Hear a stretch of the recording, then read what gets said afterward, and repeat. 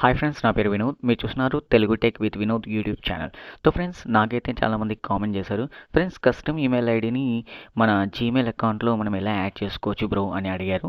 So వాళ్ళ కోసం అయితే ఈ వీడియో ఫ్రెండ్స్. సో ఫ్రెండ్స్, సింపుల్గా ఏం లేదు ఫ్రెండ్స్, సింపుల్ మెథడ్ ఉంటుంది.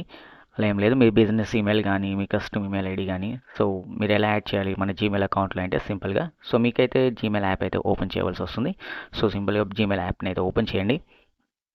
ఓపెన్ చేశాక మనకి ఇక్కడ 3 లైన్స్ ఉన్నాయి కదా, సో దీనిపైన మీరు క్లిక్ చేయండి. క్లిక్ చేయగానే మనకి ఇక్కడ కింద సెట్టింగ్స్ ఉంది కదా, సో దీనిపైన మీరు క్లిక్ చేయండి. కింద సెట్టింగ్స్ పైన క్లిక్ చేయగానే మనకి ఇక్కడ ఆప్షన్ వస్తుంది అనమాట. General settings and me email ID ఏదైతే ఉంటుందో అది చూపిస్తుంది. కింద వచ్చేసి మనకు యాడ్ అకౌంట్. సో ఈ యాడ్ అకౌంట్ పైన మీరు క్లిక్ చేయండి. సో ఈ యాడ్ అకౌంట్ పైన క్లిక్ చేయగానే మనకి ఇప్పుడు కస్టమ్ ఈమెయిల్ ఐడి, మీ బిజినెస్ ఈమెయిల్ ఐడి కాబట్టి మీరు ఇక్కడ ఆర్డర్ పైన సెలెక్ట్ చేసుకోవాలి.